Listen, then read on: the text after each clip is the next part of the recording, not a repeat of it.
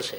તીર્થ સ્થાનમાં માઘ સ્નાન કરવાથી ઘણું મોટું પુણ્ય મળે છે એમ પુરાણ કહે છે.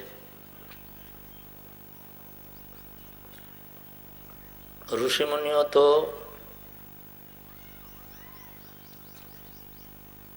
એનું આપણને આયોજન કરી આપ્યું છે.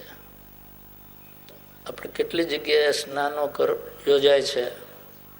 કુંભ સ્નાન ને ત્રિવેણી સંગમમાં, પ્રયાગમાં, બીજે તીર્થોમાં, અને એનું કેટલું મહત્વ છે અને લાખો લોકો ત્યાં જાય છે એ પણ આપણે જાણીએ છીએ.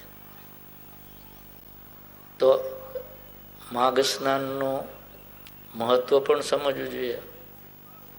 શાસ્ત્ર કહે છે કે આપણે સામાન્ય પાઠ કરીએ સામાન્ય દિવસે, એનું જેટલું ફળ મળે છે એના કરતાં માઘ માસમાં માઘ સ્નાન કર્યા પછી પૂજા પાઠ કરીએ, મંત્ર જપ કરીએ તો એનું અનેક ગણું ફળ મળે છે. માઘ માસમાં સ્નાન તો તીર્થમાં કરીએ તો વિશેષ ફળ મળે, પણ ઘરે માઘ માસમાં જો આપણે બ્રાહ્મ મુહૂર્તમાં દરરોજ સ્નાન કરીએ ને તો ઘણું ફળ મળે.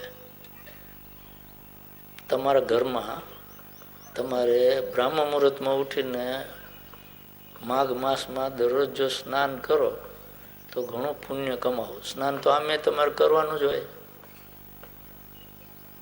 તો બ્રાહ્મ મુહૂર્તમાં ઉઠીને સ્નાન કરો માઘ મહિનામાં તો ઘણું મોટું ફળ મળે.